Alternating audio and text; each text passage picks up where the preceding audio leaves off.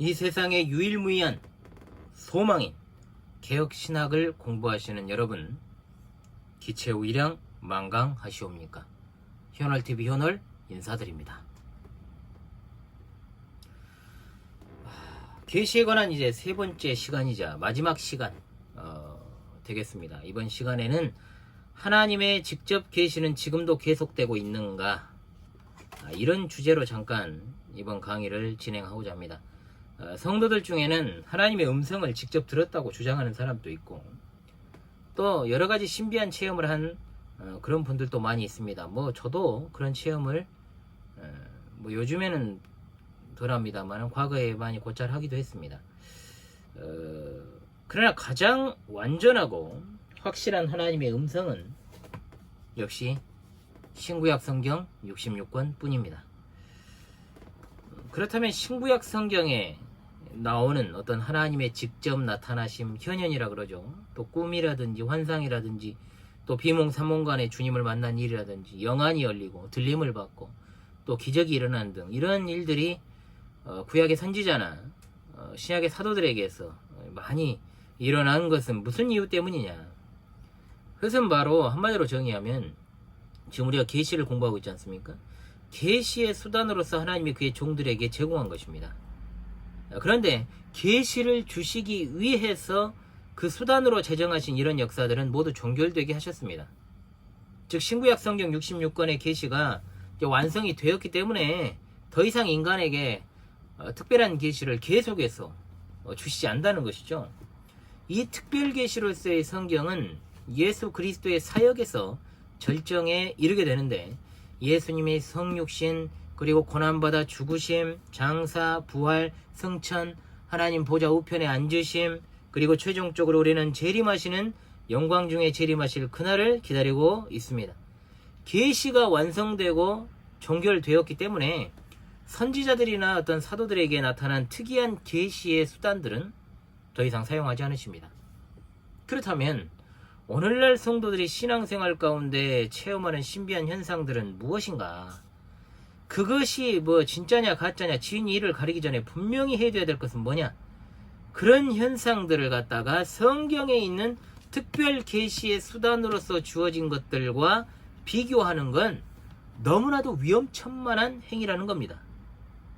오늘을 살아가는 그 누구도 구약의 선지자나 신약의 사도들과 같은 사역을 감당하는 사람은 없습니다. 그런데 오늘날에도 하나님의 계시가 계속되고 있다거나 하나님이 직접적으로 계시하신다, 또는 우리가 소위 직통계시라고 그러죠. 직통계시를 주장하는 자들은 이단입니다. 진정한 하나님의 음성은 신구약 성경 66권입니다. 신명기 12장 32절에 내가 너희에게 명령하는 모든 말을 너희는 지켜 행하고 그것에 가감하지 말라고 했고, 잠언 30장 6절에 너는 그의 말씀에 더하지 말라. 그가 너를 책망하시겠고 너는 거짓말하는 자가 될까 두려우니라. 앞선 우리가 공부했던 요한계시록 22장 18절로 19절은 너무나도 명확한 말씀이죠. 하나님께서는 분명히 말씀하십니다. 말씀에 더하거나 빼지 말라. 오히려 오늘날 과거에 하나님이 어떤 특별 계시를 주시기 위해 사용하신 수단을 이용하는 것은 하나님이 아니고 마귀일 가능성이 98%다. 이러한 것에 빠진 이들은 좀처럼 그것으로부터 헤어나오지 못합니다. 그리고 더 심각한 나락에 빠지게 되는 경우를 종종 그리고 보았고, 또 비일비재하게 지금도 일어나는 일이기도 합니다. 그리스도교, 기독교는 어떤 개인의 체험을 바탕으로 이루어진 신비주의 종교 집단이 아닙니다.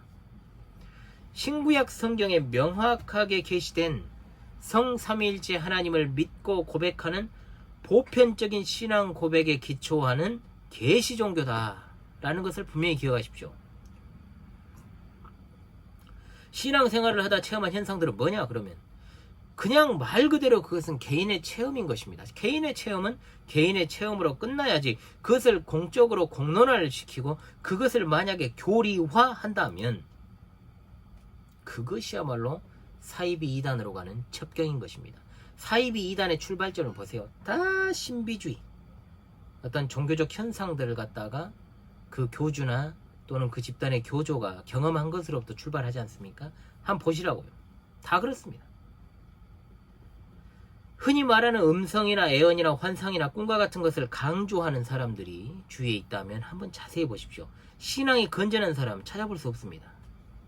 이러한 현상들은 굳이 기독교적인 현상이 아니라 여러 종교에서 나타나는 현상이고 보편적인 현상이죠.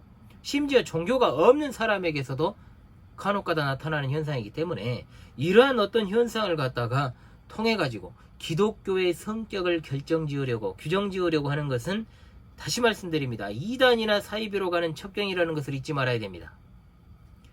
인격적인 우리 하나님께서 성도들을 이끌어 가실 때 다양한 방법을 사용하실 수 있다는 것은 정말로 그건 상식인 것이죠. 그걸 인정해야 됩니다. 우리 개개인을 누구보다 잘 아는 분은 옆집 아이씨가 아니고 바로 성령 하나님이십니다. 그렇다면 그 개개인의 속성을 속속들이 다 아시는 하나님께서 어떤 이에게는 하나님께서 역사하실 때 생각지도 않은 방법으로 우리가 섭리를 한다고 하죠. 섭리하시기도 하고 어떤 이에게는 정말로 지극히 일반적인 방법으로 섭리하시기도 하며 어떤 이에게는 질병을 치료하시는 것으로 알기도 하시고 어떤 이에게는 말로 설명할 수 없는 실제로 신비한 현상으로 섭리하시기도 하는 겁니다.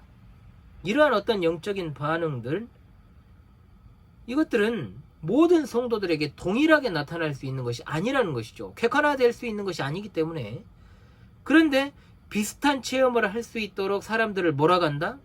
어떤 특정 집단의 지도자나 교주가 그렇게 한다면 당연히 그것에 누가 개입하겠습니까? 마귀가 개입할 여지가 많다는 것을 알아야 됩니다. 역사적 기독교의 신앙은 체험으로 정의되는 것이 아닙니다. 100이라는 숫자를 가정해 봅시다. 그러면 그런 신비한 느낌적인 느낌을 성령 하나님의 역사라고 부를 수 있는 것이 과연 몇 프로나 될 것인가? 많이 치면 2%고 1%도 채 되지 않을 겁니다. 그 1%조차도 신구약 성경에 의해서 검증되어야 된다.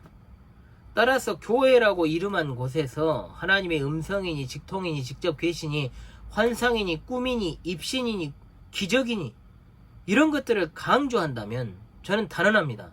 무조건 패스하는 것이 좋습니다. 무조건 믿고 패스.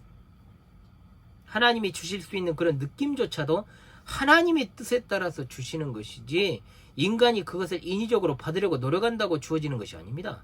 그런 신앙 행태는 기독교가 아니고 어디에서 찾아볼 수 있습니까? 무속신앙에서 엿볼 수 있는 것이죠. 역사적 정통 기독교회가 그런 체험을 위해서 기도하고 간구하고 노력하고 한 일이 없습니다. 그런데 마치 무속에서 접신을 위해서 푸닥거리 하는 듯한 행위로 기도하는 게 어떻게 정당화될 수 있습니까? 모든 것은 하나님의 주권적인 행위에서 나오는 것입니다. 어디 거룩한 주님의 몸된 교회를 그런 저급한 행위로 오염시키는 것입니까? 기억합시다. 애언이니 방언이니 꿈이니 환상이니 음성이니 입신이니 양신역사니 어쩌네 하는 것은 교회가 아니라 무속의 영향을 받은 소위 예수 점쟁이들이라 불리는 자들이 예수님의 거룩하신 이름을 팔아서 점치며 장사하는 곳이니 절대로 성도라면 가까이 해서는 안 되는 겁니다. 신구약 성경만이 우리의 신앙과 행위에 대한 정확무오한 법칙이다. 유일무이한 법칙이다 라는 사실을 깊이 있게 인식하고 하나님의 말씀을 따라 순종하며 살아갈 때 하나님이 가장 그것을 기뻐하신다는 것을 잊지 말아야 됩니다. 주위에 그런 신앙 행태를 가진 자들이 있다? 물론 거의 돌이키지 못하는 경우가 많습니다. 그러나 더 늦기 전에 알려주어서 정신을 차리게 만들어야 할 것입니다.